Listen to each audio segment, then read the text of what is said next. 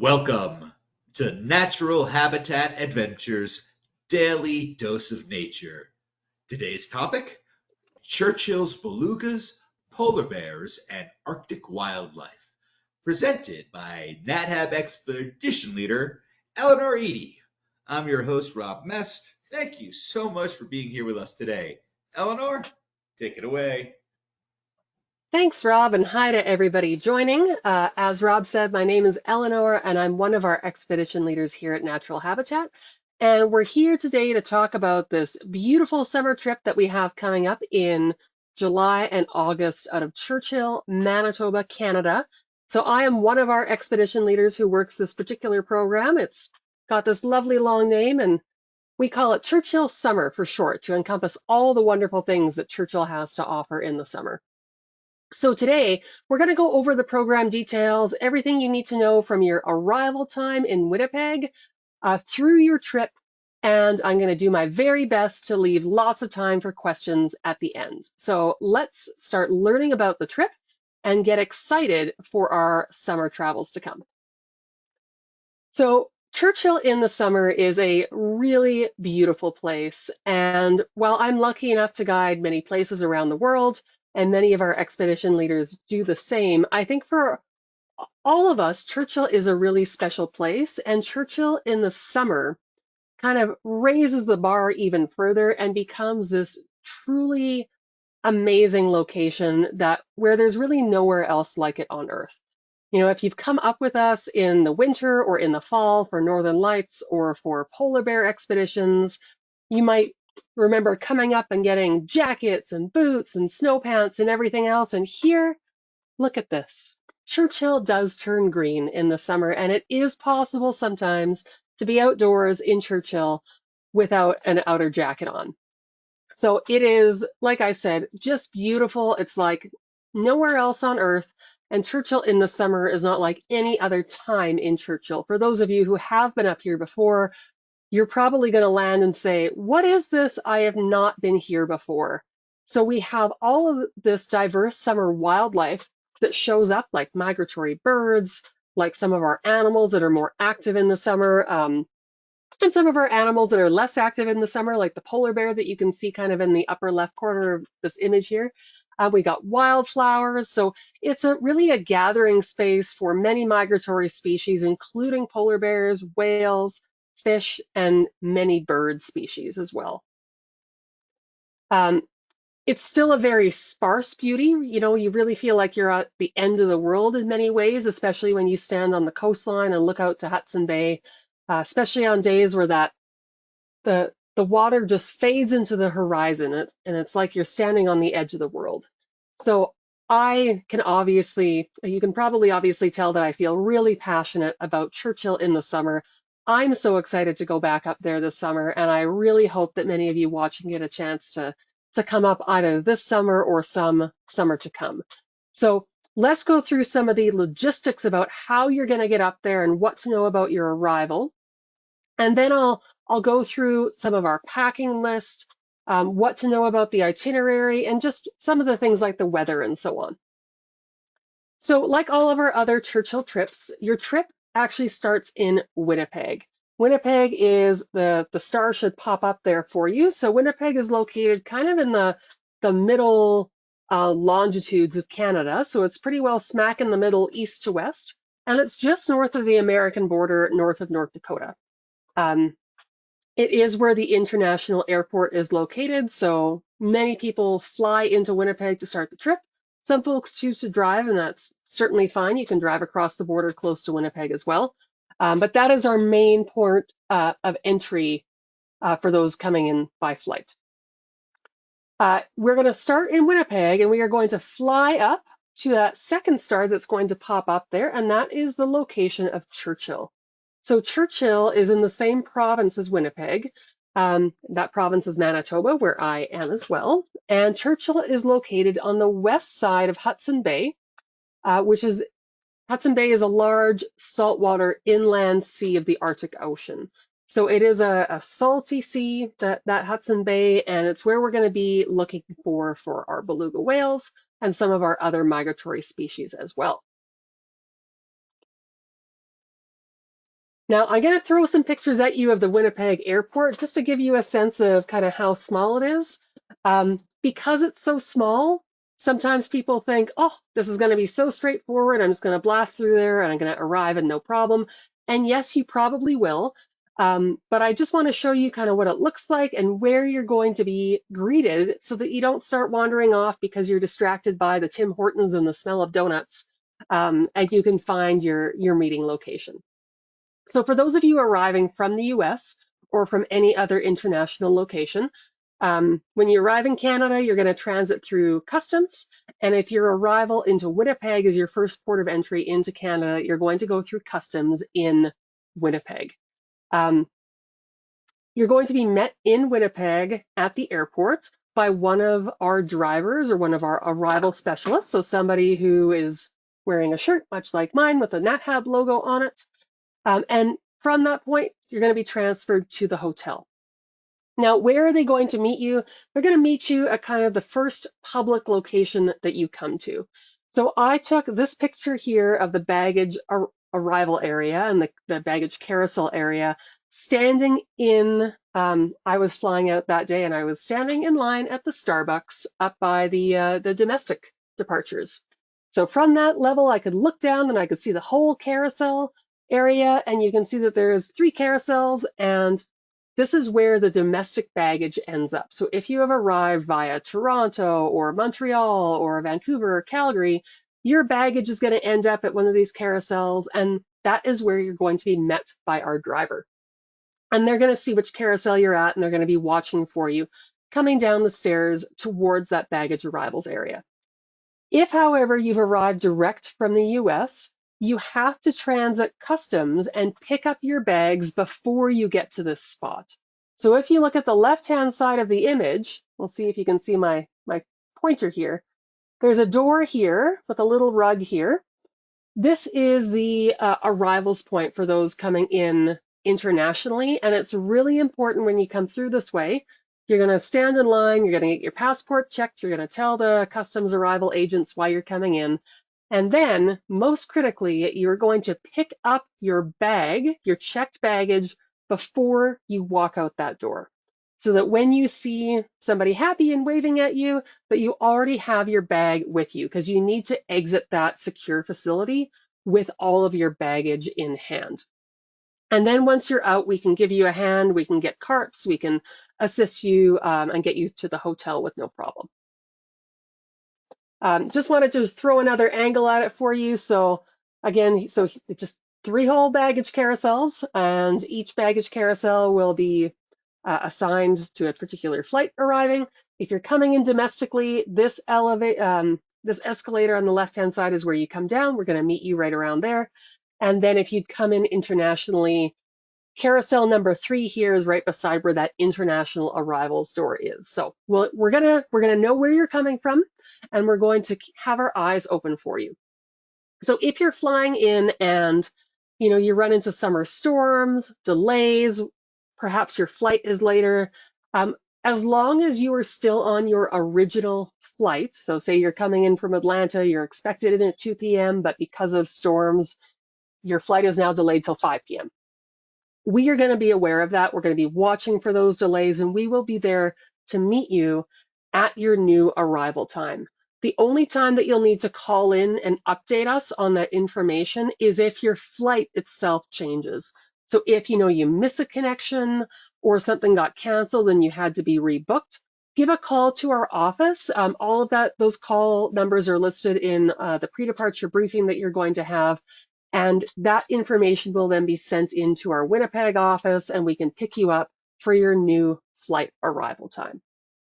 So we're really happy. We're going to grab you as soon as you arrive and get you to your hotel so you can check in and get some rest before we get together as a group. And this here is going to be the hotel that you're going to be staying at in Winnipeg. This is called the Fort Garry Hotel. It is right in downtown Winnipeg, close to a couple of rivers, really close to some national historic sites. And we have been using this hotel for a very long time. And here you're going to be welcomed by the Fort Garry Hotel staff.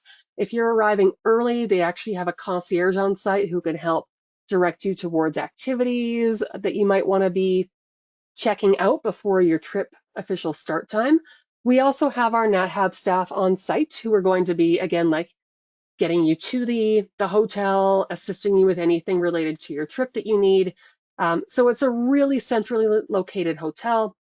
Lots of things to recommend it. Close to a lot of amenities, shopping, walking trails, and like I said, the historic sites as well. It's a lovely, classy hotel. It's a former transcontinental railway hotel, so it's got a lot of that kind of old charm to it. And we are going to be having our welcome dinner as a group at this hotel. So you are going to meet your expedition leader, me or somebody else like me, for your welcome dinner on day one.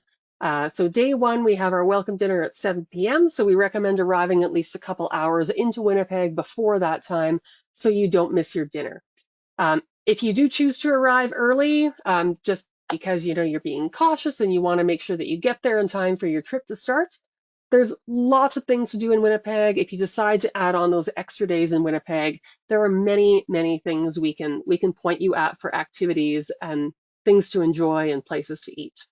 At the welcome dinner on day one of your trip, you're going to meet your guide, you're going to meet the other participants in your adventure, and that dinner happens in the hotel itself. At that dinner, we're going to go over a lot of the information about how to get you up to Churchill, what to look forward to. We'll introduce everybody. And then the very next morning, we are off to Churchill to start our adventure in earnest.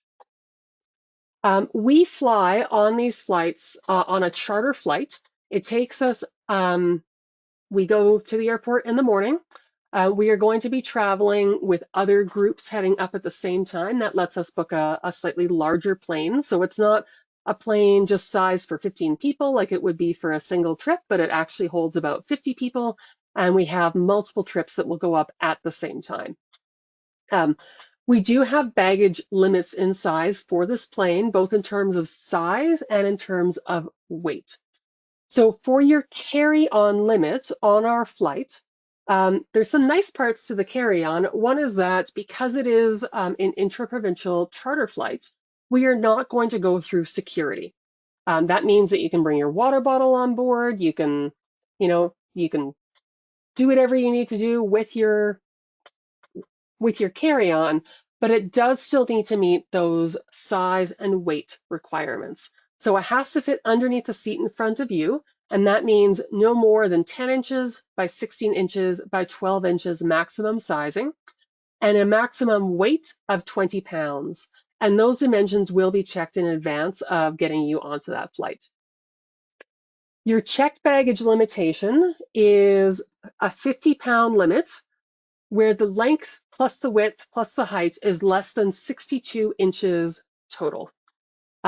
So with all of these things, if you have an overweight carry-on bag, for example, and you say, you know what, I really want to travel with these various things. I want to make sure that I have access to my photo gear and my binoculars and this and that, and my bag happens to be 25 pounds, let's say.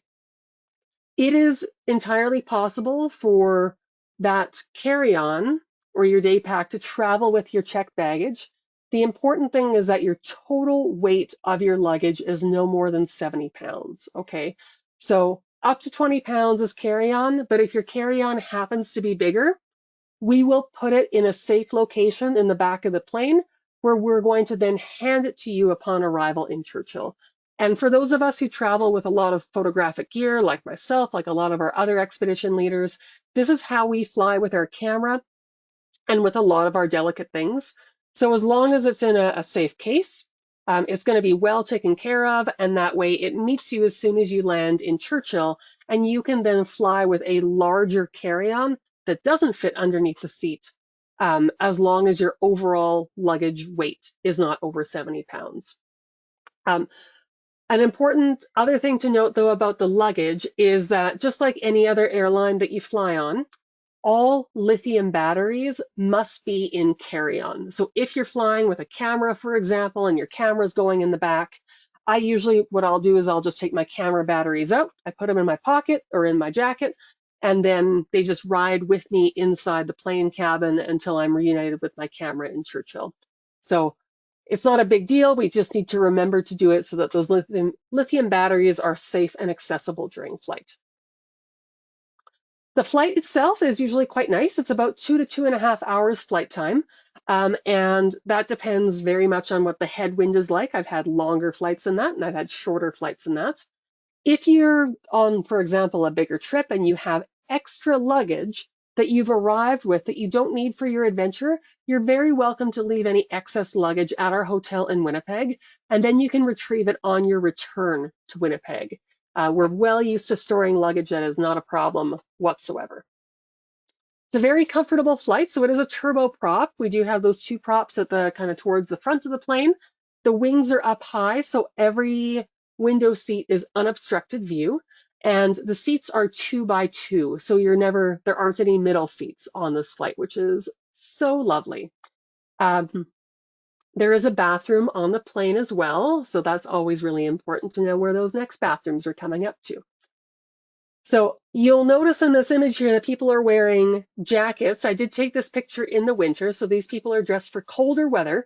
I'll talk in just a minute about kind of what we need for our adventure in terms of layers. I just wanted to share this lovely view of the approach into Churchill as we were coming down from cruising altitude. This is the Churchill River. You can see I was looking at the left-hand side of the plane, and you can see the tundra landscape and just how open it is, with all of the bright yellow lichen that's growing on the ground, just standing out, and all of the water on the ground just popping out at you as well. I just love that Churchill landscape. So while we're arriving on a plane with 1 or 2 other groups, once we arrive in Churchill, we're going to split back up, and you are going to be just with your own group. So your group is going to have a maximum of about 15 people, depending on what kind of trip you're on. And that group will have its own expedition leader. It's going to have its own dedicated bus and driver while in Churchill.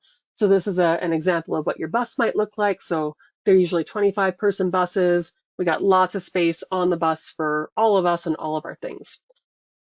And then each of the groups will either be sometimes we have multiple groups at the same hotel, or you might be fully split up, because we do have multiple hotels around town that we use.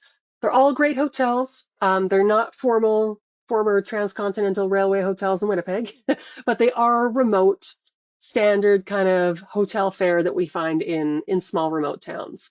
They have all of the amenities that you would expect, with one exception that I'll talk about in just a minute. And the whole time that you're in Churchill, you're going to stay at one of these hotels. Some hotels have stairs. Some hotels are on a single level. And here is the amenity that you might think is standard, but is not everywhere. None of the hotels have air conditioning. This is usually not an issue in Churchill, because we'll talk about the weather in a second. Usually it's the other way around, that you are turning on your heat in the summer. But we do get occasionally some warm days or some warm weeks. So it's good to know kind of what to expect and whether or not you're going to have AC in Churchill. There is AC in Winnipeg at the Fort Garry Hotel. There is not AC in Churchill. So here's an example of what one of the rooms might look like. Like I said, pretty standard hotel fare, decent beds. You got locking doors, windows that shut, nice blackout curtains, kind of all your standard hotel things. While we're in Churchill and while we're on trip, we're always going to be eating with our groups. And in many cases, we might eat at the hotel, or we might eat at a separate restaurant. There are spaces when you sign on to your adventure portal. You can go in and provide us with information on any special dietary needs that you might have. And we can accommodate a host of special dietary needs. But it is really important to let us know about that ahead of time, right? It is a remote area. There is no road into Churchill. All of the food has to be ordered well in advance. And while you're in Churchill, you're never going to go hungry. But we do need to know if there are, any safety concerns around food, or any strong preferences around food as well. All of the hotels tend to offer like a limited rotating menu, and you're going to be able to order off a short menu for all of your meals. Breakfast is usually a buffet breakfast. So that's going to be what our meals are like. Like I said, you'll never go hungry. Please let us know about any special dietary needs. We can Like I am personally a vegetarian who does not eat a lot of dairy, and I do just fine in Churchill. But I also like to recommend for people with more restricted diets that if you have any special snacks or like like for me, I know that getting enough protein is always a bit of a struggle. I've been working in Churchill for 20 years and protein is always difficult for vegetarians. So I usually bring some nuts or something with me, and that just helps me have something healthy to snack on when I know that I might be getting spaghetti one night. Okay, so if you have any questions about dietary, I'm really happy to take those at the end of this session as well, because I know that like we want you feeling happy and satiated and like you've been taken care of, and you also need to feel safe about your food. So if I can answer any questions about that, please throw them in the chat there so we can talk about dietary. But now let's talk about packing. And I'm going to give you 3 magic words for packing your gear, and those words are layers, layers, and layers. So this is me on the right-hand side of this image, and I have many layers on. Um, and the layers are really important because we're dealing with like the coastal subarctic area here. It can be hot, it can be cold, it can be mild, it can be windy, it can be rainy, it can be dry. The sun stays up for a long time. Layers will always let you then modify what you're wearing to be comfortable with whatever the weather is in that 5-minute period. So what I have on this, I was out kayaking with a colleague, Judy, you might recognize her that day. And we were both wearing kind of what I would consider summer uniforms. So for me, and for most people I see in the summer, that involves a brimmed ball cap so that you have a way to keep the sun out of your eyes. But as well as having a brimmed ball cap, having a warm hat to put over to keep your head and your ears warm, especially when you're on the water. Sunglasses are really important because we're on the water a lot, and there's a lot of glare that comes off the water. So polarized sunglasses especially will help you see better and have less eye strain when you're on the water. I am in this image wearing a waterproof jacket, even though it's not raining, because a waterproof jacket is also really good in the wind. So you'll see in your packing list waterproof jacket and waterproof pants, and we do mean waterproof because your comfort will really depend on having those waterproof layers available to you if you need them. We have a suggested packing list for your various underlayers, you know, couple of t-shirts, couple long sleeve shirts, pair of shorts, couple pairs of pants. Again, like having those options are going to be great for you. And I include with that a set of long johns as well, because sometimes it gets really chilly and you want that extra layer on your lower legs too. For footwear, along with your waterproof jacket and your waterproof pants, really recommend a pair of either waterproof hiking boots or waterproof hiking shoes, as well as one more comfortable pair of shoes that you can wear after your other set gets wet, right? So that could be something like just a pair of runners. I usually travel with some closed-toe water shoes because I like wearing those for kayaking. They're also comfortable for walking around in. But really kind of whatever your alternate footwear is, it's going to be comfortable for walking around in your day-to-day. For kayaking specifically, because we always get a lot of questions about what to wear for kayaking. And again, because the weather can be so variable, kayaking might be warm or it might be cold. But for kayaking, you always want to wear things that you are okay with, in theory, every item of clothing you're wearing getting at least somewhat wet, right? So that could be waterproof pants or it could be a pair of shorts, depending what the weather's like. I will usually wear gloves when I'm kayaking because I don't kayak enough these days to build up any kind of calluses, so I like having something on my hands. And it's also nice to have kayaking gloves if it's cold out, whether you're prone to blisters. Those are considered optional and not everybody wears them all the time. If you know that you like to paddle without them, it's absolutely fine not to wear kayaking gloves. For footwear, while kayaking, normal shoes are okay. Closed-toe water shoes are also okay. Again, anything that you're wearing, including on your feet, could theoretically get wet, so it's got to be a pair that you're okay with getting wet. So those are some of the that would be kind of my basic list that I would consider for packing. Other things that I would include with this that I forgot to highlight, you might see in this image here, both myself and my friend Judy are wearing a lightweight neck gaiter. I love these things in the summer. They are so versatile. You can put them over your ears to keep your ears warm. You can put them over your ears to keep your hat from blowing off in the wind. You can also pull them up over your face to provide coverage from insects, for example, without being too hot.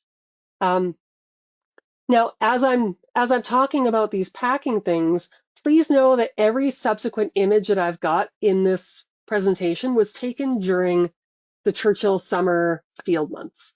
So everything was taken in July and August. You'll see a huge variability in what people are wearing because the weather is so variable.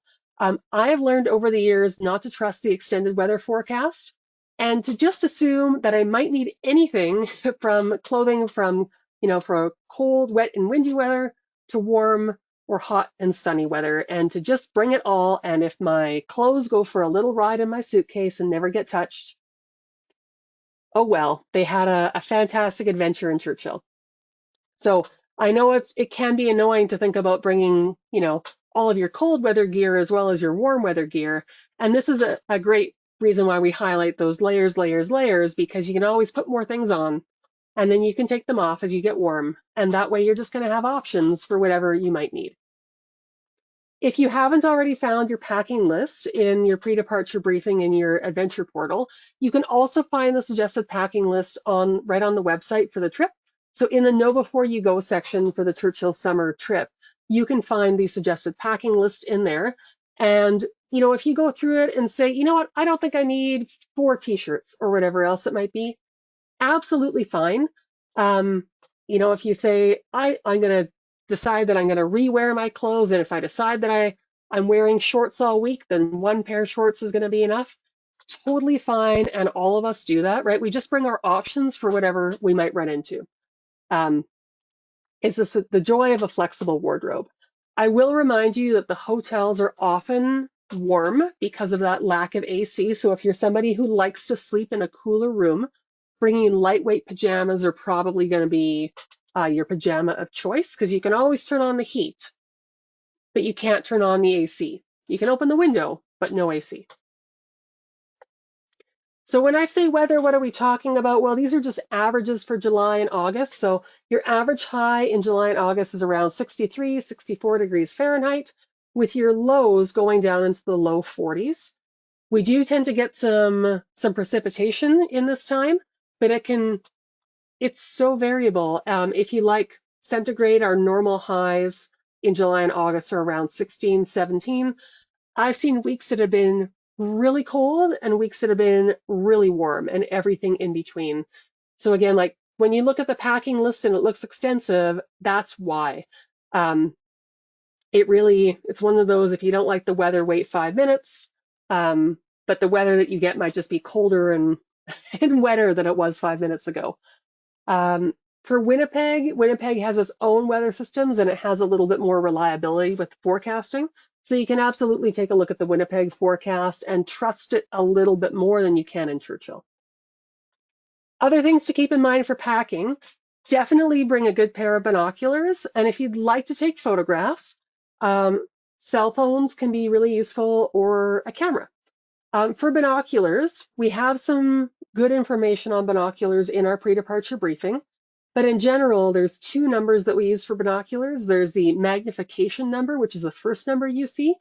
And for this trip, I'd suggest anything between a 6 and 10 times magnification.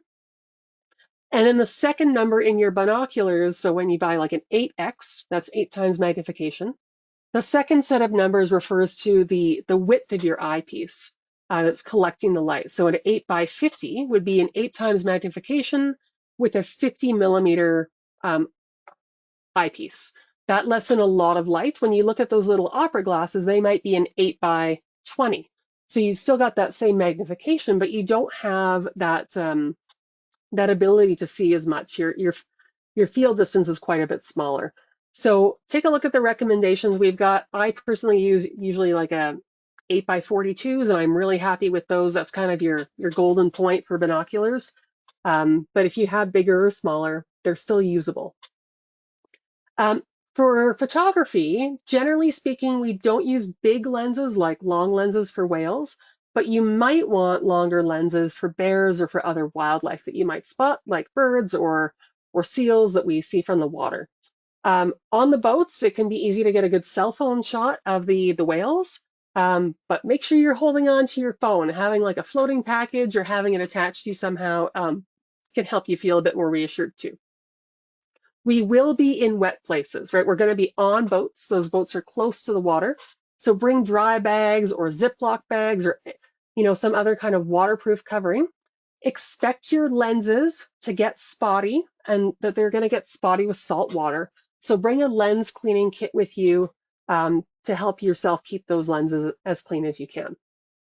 If you're thinking about bringing GoPros or other sport cameras, those are great. I recommend like a floating case or a floating handle. In case you happen to drop it, you can just snap it back up. And definitely bring extra batteries for those cameras because when they're submerged in the water, they're going to get cold quickly, and that cold water is going to sap your battery. So for my GoPro, I usually bring, 3 or 4 batteries with me. And if I'm taking a lot of footage, I will easily go through those 3 or 4 batteries in a single session. But if you're just choosing to come up and all you have is your cell phone, you are still going to get shots of those beluga whales with your cell phone. Exactly what it's going to look like, I can't promise, but cell phones are a great choice with that nice wide angle setting right from the boats. Now, other packing things to know, what do I need to pack for insects? We get a lot of questions about insects. I am pleased to tell you that you are going to see a great diversity of insect wildlife when you are in Churchill. I know you're worried about it. I know you're worried about not seeing too many bugs. Let me be the first one to reassure you that there will be bugs while you are there.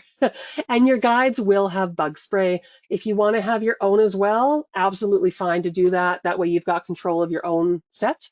We recommend not using DEET because of the potential damage to equipment, right? If you use that on any of your sport clothing or on your camera or your binoculars, it can really damage that equipment. I'll talk what we're going to use instead is something like an icardin repellent. So this is a different type of repellent. This is what we carry as guides. It's called either icardin or picardin. It's a synthetic compound that resembles natural pepper plants compounds. And it does work on black flies and on mosquitoes. And in double-blind studies, it works just as well as DEET does. So it does not melt plastic. So it is a great choice for your trip. If you're thinking about other sprays, like some people have tried lemon verbena or citronella, there's some usefulness to it, but this is kind of our gold standard that we use, and this is really all that the guides are going to carry. We are also going to have, for anybody who would like to borrow a head net, we will have head nets available. And your guide will also have things like topical creams like Afterbite or Benadryl. You can bring those things as well if you like. In terms of like, am I going to see this many insects? Really depends primarily on the wind. So if you're somebody who likes to go out early in the morning to see if you can see some birds, especially in places where there's a lot of tree cover, yeah, we will likely run into bugs in those situations.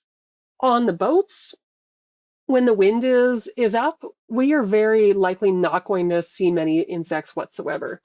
I personally, like, yes, I'm from Manitoba.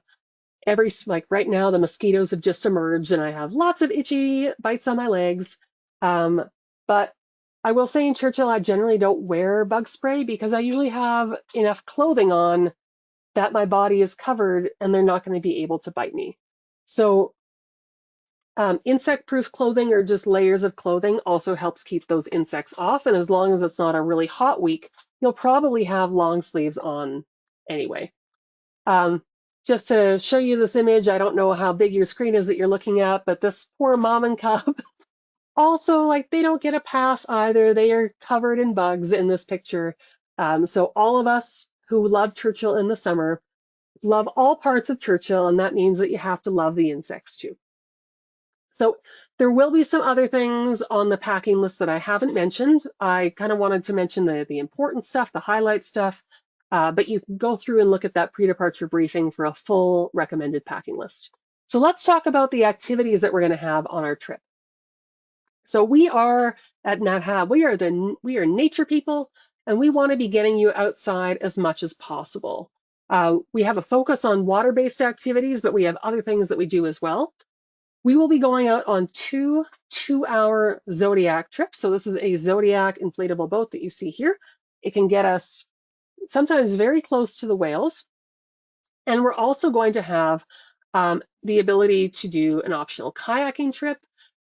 For those who are going on a nature journey, you will have the option to do up to 2 kayaking trips, weather permitting. For those of you who are going on a photo expedition, you're going to have the opportunity for 2 Zodiacs, a kayaking trip, and then something else called beluga boarding that I'll show a picture of right away. We are always at the mercy of the weather, right? Anytime that we're outdoors, we're susceptible to whatever nature wants to give us. Your guide will keep you updated as needed. The main things that kind of affect our itinerary inclusions would be high winds and lightning, and those things may require us to reschedule our water activities. We have been doing this for a very long time. Our guides have been doing this for a very long time, and we know how to build flexibility into our schedules for these things. So absent high winds and absent lightning, we are out there on the water with the whales. Sometimes being out on the water with the whales starts off like this, when you are having a beautiful blue, hot, sunny day, and you wish that you almost had, more shorts to wear. And sometimes when we're out on the water, we look like this, and it is a cold, windy, rainy day. Either way, as long as there isn't lightning and as long as the winds are not very high with high chop, we are going to be out there in nature. While we're on the boats, if we have a full group, we are going to split up into 2 separate Zodiacs, so we have lots of room. And when we're on the boats, like they are small boats, but we're still going to make sure that we rotate seats so that everybody has a view from all angles of what's going on. With these boats, whales can approach from any angle, so there's no bad seats. It's just that it's nice to kind of keep that rotation up so everybody has the opportunity to try being at the front or the back or the sides as we rotate through. Now, this image I've got here, I just grabbed from a GoPro. Using a GoPro or another kind of sport camera that can be submerged is really the only reliable way to get an image of a beluga whale face. Unlike some other whales, beluga whales don't breach and they don't often spy hop. Spy hopping is when they just pop up with their heads to look around and then go back down. Depending on water clarity, you might get some really good looks of the whales just from the side of the Zodiac or the kayak. But photography is always going to be more difficult then, right? Because you've got the different density of water versus air. So your image is going to be a little skewed if you're taking a picture from the air into the water. If you have a GoPro, we can put our camera in the water and get potentially a head-on image with whales. So I mention this because depending how much whale watching you've done before or where you've traveled to see whales, beluga whales are a little different. Like Arctic whales tend to stay in the water. You don't see them getting up out of the water like you might elsewhere. They're beautiful, they're gregarious, they're friendly, they're curious, but you're not going to see them head on like this unless you have an underwater camera. When we go to the Zodiacs, we're going to be loading off a dock, and we work with a local operator called Sea North Tours. They're fantastic. They've been working there for a very long time, and they have very safe boats. And we're just going to help you in, and we're going to sit on the side of the Zodiac there. The Zodiacs have safety ropes along the edges if you like to hold on to something for balance or comfort. But either way, like you're gonna stay in the boat whether or not you're holding on. You can see that we're wearing life jackets. Those life jackets are relatively bulky and they do add some nice warmth on cold days. It is required by Canadian law to have a life jacket on when you are on a Zodiac boat. The water that we go on is usually very calm, and the seas are never higher than about 3 feet. If you're somebody who is prone to motion sickness, I have had people feel a little queasy even on the Zodiacs before because sometimes it is a little swelly. but generally it's not something that people really struggle with. With the kayaking, we're going to load up in our kayaks as a group and head out together. And the guides, like your expedition leader, as well as the Sea North guides, will help you in so you don't need to get your feet wet. We have kayaking skirts that are provided if you want, though most people choose not to use them because it's more comfortable without. Either way, you will definitely have at least a damp rear end at the end of kayaking. And maybe you'll have wet arms, wet hands, wet lap, whatever else happens in the meantime. If you're wondering about, well, can I have a single kayak? Can I go in a double kayak? Your expedition leader is going to check in with you at the welcome dinner in Winnipeg, whether you want to go in a single or whether you and a partner would like to go in a double. With all of these water activities, we're always going to make sure that we give time before and after to gear up. So if we have a colder day and you need to put lots of layers on, we're going to account for that and give you time and give you advice about what we think is the best way to layer for that particular day. If it is your first time kayaking and you're wondering if you can do it, it is a very safe activity. There are always support zodiacs out that are close at all times. You can call them over if you're running into any problems or if you have questions. In general, with the kayaking, we say that it is for all ability levels, but you still want to make sure that you are comfortable in the water. If you're somebody who gets nervous in deep water or you're uncomfortable, if you can't see the bottom, kayaking may be a higher stress thing for you because, yeah, you're not going to be able to see the bottom and you are going to be in deep water. And at least a few times a year, people tilt over a little bit too far to the side and maybe get a little bit more of their body wet than they intended to. So we don't expect people to go in the water, but we know that it can absolutely happen. You know, when you're on top of the water, it's a pretty easy shift to find yourself in the water. Experiences when kayaking always vary, but many people who come on these trips really consider kayaking to be a fantastic highlight of the trip. Like I said, doubles may be available. We're just going to check in with you at the welcome dinner if you have a preference for a single or a double kayak. Now, if kayaking does not sound like you are close enough to the water, I've got great news for you because there's actually another option. So if you would like, there is an alternative activity for kayaking, and that is stand-up paddleboarding. This will be done in place of kayaking. Wetsuits are provided, but you should bring a bathing suit for getting changed into your wetsuit. There's a safety zodiac for the stand-up paddleboarding as well. And if you're interested in this, talk to your expedition leader and we'll talk to you about kind of like what kind of strength is required for this, how far you're going to go, what else to know. But it's also a really cool experience. The kayaking is great, the paddle boards are great, the zodiacs are great. And if you're going on a photo trip, I mentioned that you're going to have in place of that second kayak activity something called beluga boarding. And we do this for our photo trips because it's a way to get those underwater shots in a more controlled way. So this is a beluga board. It's basically a floating raft that gets very, very slowly pulled behind a zodiac with a goal of having you just above the water with the ability to take really controlled shots in the water by the whales.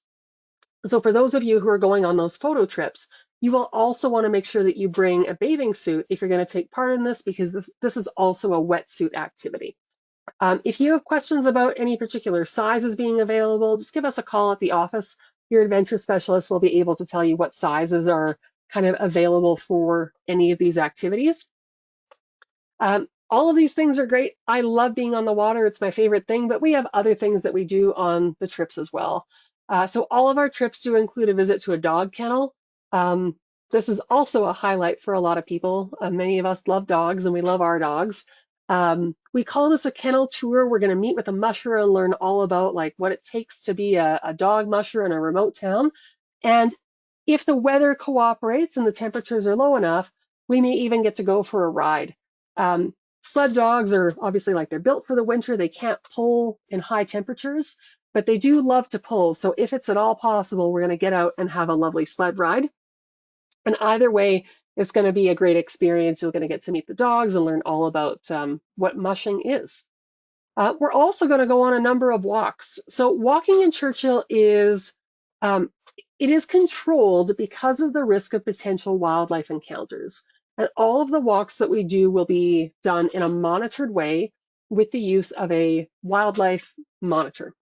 Um, there isn't a large trail network in Churchill, so you can expect our walks to be along old roads, beaches, on the rocks, along the tundra itself, on old rail beds, and then there are a few trails that we try out as well. Um, so lots of possibilities there. Oops, pardon me there. We're going to have some experiences with local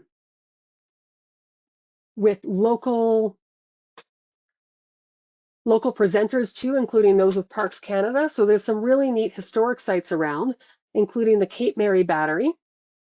And I just kind of love the changes between the last picture and this. Again, it's all summer. They might look dressed for winter, but it is summer. We're going to learn about the history of the area.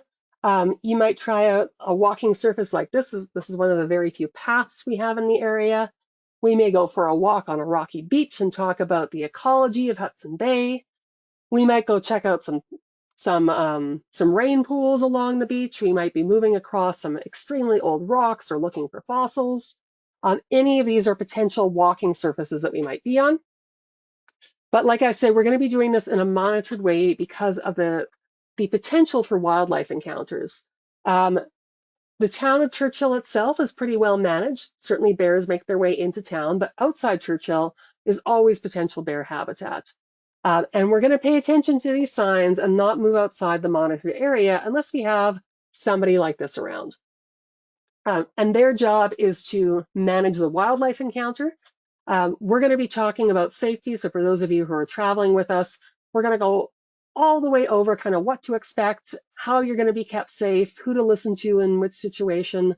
But we're always going to have somebody like this with us when we're walking outside town to keep us safe, but also to keep the wildlife safe, because we just want everybody and everything to be existing in a safe environment. In terms of whether we're going to see bears, you might see bears. For sure, you may never see bears on a walk. There might be bears around, even if you're not seeing them. It is variable year to year about how many bears we see on trip. And when we do see them, you might be seeing them from a helicopter. You might be seeing them right beside the road. We're always going to be watching for those bears, knowing that they are around in the area. Some bears were spotted just outside town very recently in Churchill, so they are making their way into the area coming into the summer. You're also going to have a 60-minute scenic helicopter flight. You're going to get a great view of the surrounding landscape with this. It's primarily to give you a new perspective on the land, as well as to look for potential wildlife. Everybody here gets a window seat, so there's a window seat up front and two in the back, and you're all going to be facing forward, no matter which vehicle that we are in. There's a couple different kinds of those helicopters that they bring up, but they're all they all have those 3 front-facing window seats that we're going to use. And then other things that we're going to do, we're going to have some town-based activities like visiting the Sanitac Museum. We're going to learn about how Churchill interacts with bears. We're going to meet some of the lovely people who live in Churchill and call the North their home. And overall, it's going to be a busy, whirlwind, amazing trip with all these highlights, and I just know that we're going to have a wonderful time. And Rob, I would like it noted that I have left time for questions this time, and I'm ready to hear them now. I sometimes struggle with that, but I did it this time. Well, right. Well, miracles happen sometimes, Eleanor. All right. So, before we dive into the questions, I would like to remind everyone that if you do have a question, you can submit them via the question field in your control panel. Go to the upper right-hand corner, click on those 3 lines up there, the hamburger. That'll open up, and you'll see questions, and go ahead and put your questions in there. So, how many days is the trip, Eleanor? Aha, what a wonderful question. And as I answer these questions, I'm going to scroll through some beautiful pictures. for you to look at while I answer these questions. So it is a 7-day trip, so 7 days, 6 nights, which means that we have 4 nights and 5 days in Churchill. So lots to pack into that time. And like I said, starting in Winnipeg, going up to Churchill, and then we finish our trip in Winnipeg as well. And how many people will be on this trip with me? So these trips have a maximum of 15 people. It is like well under capacity for what we would, for how many people we could fit in these spots. So for example, on those zodiacs, I say that if we have a full trip, we'll have 2 zodiacs. Those zodiacs will carry, 12 to 15 people each one, and we will put half those people in it. So lots of space. Same thing on the buses. We have a 25-person bus that will put 12 to 15 people on. There's always lots of space, lots of room for your gear, lots of room for you to move around, lots of window seats and good views for everybody. Great, thank you. So how much walking are we going to be doing on this trip? Should I bring hiking poles, for instance? Uh, Wonderful question. So I'll answer this in 2 ways. One is to say, number one, that every activity is optional, right? So we have the opportunity to, usually we'll try to do a couple walks on a trip, like a couple more formal walks. And if, you don't want to do that walk and you'd rather go shopping or take a nap or go explore the town, that is absolutely your prerogative. You can always opt out of those walks. It is a trip that's rated moderate, and we have rated it moderate not necessarily because we have longer walks. We say that our maximum walking distance is likely to be around 2 miles, probably maximum, like at a stretch would be 3. So no more than that in a single walk, with walks up to about 3 miles in a single day cumulatively. But why we've rated it moderate is because of all of the boat work that we're doing and the general fitness that we find is necessary for these activities. So one that, if you're thinking about joining us or you are joining us and you think, oh my gosh, I'm so excited about kayaking, and here you've asked me about walking and I'm talking about kayaking, but there's a reason for this. We recognize that often like the hardest activity for people is actually the kayaking for a couple of reasons. One is the upper body strength, right, to help yourself seat yourself in the kayak, but also use the paddles. But then also the flexibility, especially in your hips and your hamstrings. So we still have like about a month before our trips are going to start. And if I were to point people towards any one activity to like start getting ready for the trip, if I'm saying tight hamstrings and you go, did you say my name? Really working on that flexibility in your upper legs and in your hips to be able to sit comfortably in those kayaks, because where we see people coming on trip and general fitness, the thing that we see people having the harder time with first is actually the kayaking before the walking, because like I said, for our daily maximum walking, you might hit 3 miles. Often days it's going to be less than that because we're going to be out on the water, or perhaps we have weather that's come in. But if you can walk for 2 to 3 miles, you're going to be in great shape for our walks. Hiking poles, we will have some hiking poles in Churchill. So if you would like to borrow some and not have to travel with your own, you're very welcome to do that.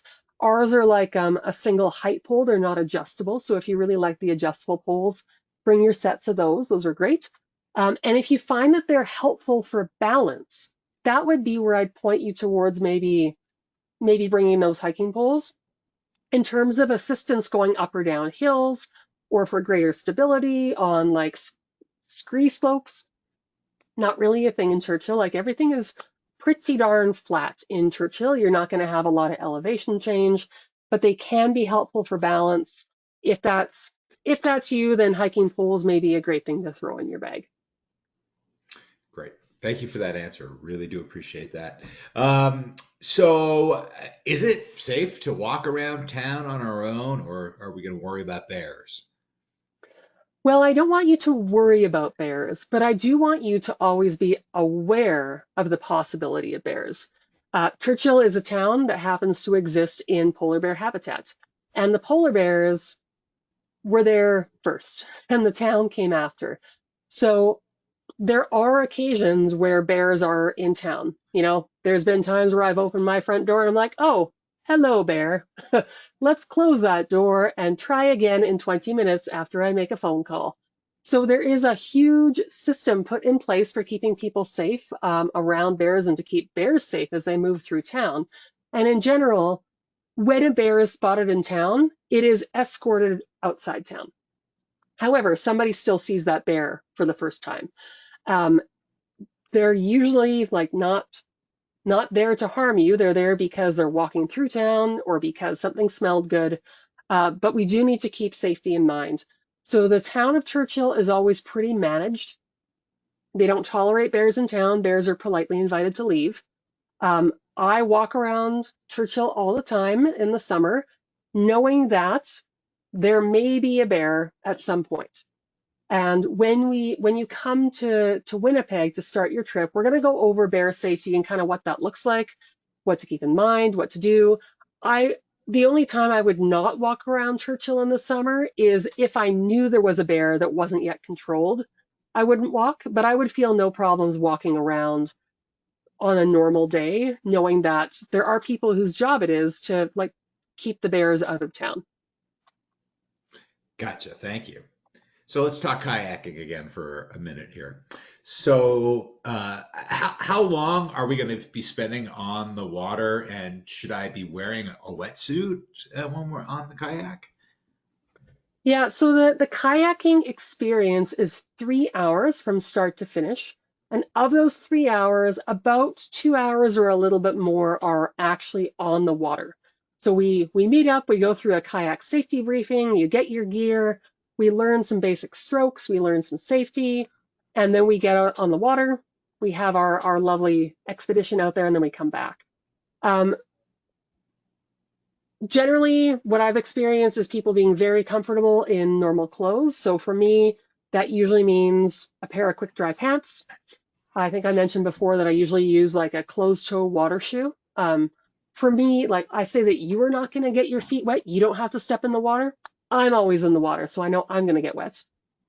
Um, so I use a closed toe shoe because I know I'm going to be pushing people out of their kayaks. And then on your upper body, it's really going to depend on what the weather is.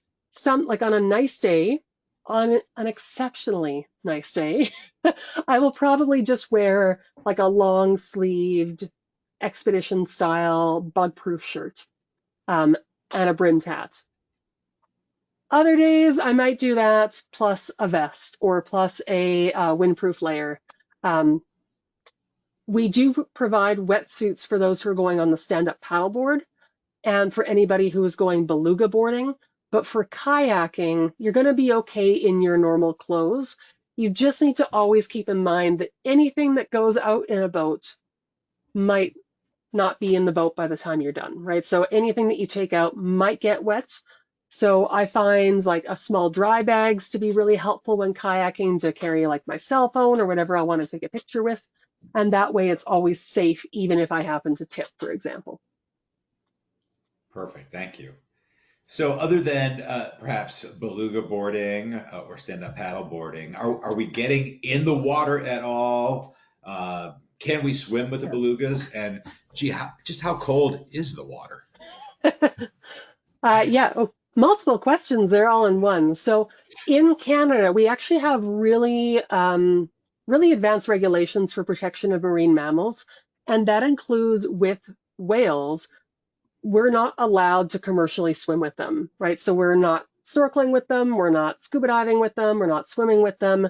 When we go out, we are going out kind of in a managed way so that we are always never in a position where we're going to be making direct contact with those whales. So for those of you who are going stand-up paddleboarding or thinking about it, you think, well, does that mean I'm not allowed to fall in? Because if you're like me, stand-up paddleboarding often turns into fall-in paddleboarding. Um, some of us don't have that skill set mastered yet, and that's okay. And that's fine. Like nobody expects you to not fall. You just have to be able to get back up, get back on your board, and not stay in the water with the whales.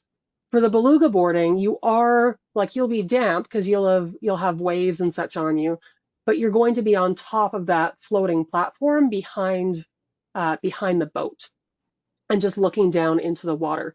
So things that I've seen, like whales might come really close to you, they may blow bubbles at you, but you're not going to be close enough to touch those whales.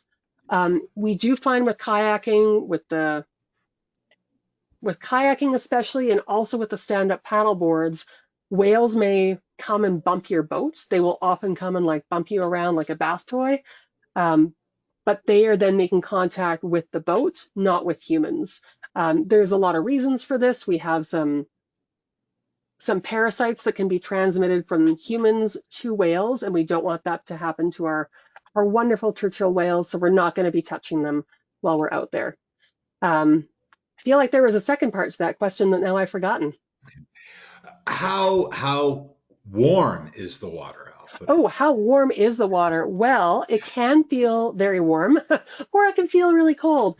So we go out to do our activities in the Churchill River estuary. And the estuary is that tidal area where the Hudson Bay at high tide spills into the estuary, and at low tide, we just get river water. So when we have the Hudson Bay water sitting on top, that water sits at around 40 degrees Fahrenheit. It's pretty chilly. It's very salty. It's very clear. When we get the water from the river at low tide, that water is substantially warmer, especially as we get into the second half of the summer. And that water might easily be up in the high 60s, and is like when you dip your hand in it or you have a drip on you when you're kayaking, it doesn't feel very cold at all, because you're getting that fresh river water that's traveled across, multiple provinces and warmed up over the course of the summer, as opposed to that water that just melted and is about to refreeze in Hudson Bay. Gotcha. Thank you. So, are there going to be any birding or wildflower opportunities Oh, for you us when we're out there? betcha. Try to stop me from showing you birds. So for the birding, we're always going to ask people, are you interested in birds? Like, how interested in birds are you? Because there's interested in birds, and then there's like 5 a.m. interested in birds. So we try to always offer an opportunity for those who are really into birds to head out early in the morning, at least once on the trip, and be able to stop and look at every bird that we encounter at that point. For those of you who are happy, like just looking at raptors that we might encounter, we very often see things like bald eagles, especially juvenile bald eagles in the area. We may see some other birds as well. We spend less time stopping for birds as a large group, and more time stopping for birds when we're going out for those birding specific activities. If you're interested in birds, the best time is earlier in the season, because as we get into August, a lot of those migratory birds will be wrapping up their nesting season and starting to head back south. And especially if you like the look of those more showy male ducks, they tend to take off pretty quickly, and we see just the female ducks who are left behind in August. So lots of birds still there, but we start to see birds disappearing throughout the summer. So more birds at the beginning of the season, fewer birds towards the end. And wildflowers will just change all the way across the summer. So I had this beautiful picture earlier of, where we go, of fireweed. So this is kind of a plant that Churchill is known for. It's a plant of disrupted habitats. It really likes those gravel ridges. Fireweed is one of the last flowers of the summer, and it starts flowering. It depends how early the summer starts. It could even be mid-July, could be a little later, but this would be the flower that you see in August if you were coming in August. And that tends to be when we see that real purpling of the fields. Earlier in the summer, you're going to have a greater diversity of wildflowers, but they're not those very dramatic whole fields of purple. So tundra flowers tend to be very small and unassuming. You have to get down on your hands and knees to see them. If you're interested in that, I know a lot of guides are really interested in showing those to you when we're out for walks. So we're going to have opportunity with whatever is in flower to stop and look for it when we're out exploring the tundra. Great, thank you. So, of course, it wouldn't be a webinar about Churchill if we didn't ask about the Northern Lights. Any chance we're going to see those? And will you wake us up if it happens? Uh, Maybe and yes. So is there a chance of seeing them? There's a yes, but. Yes, but you are in the subarctic.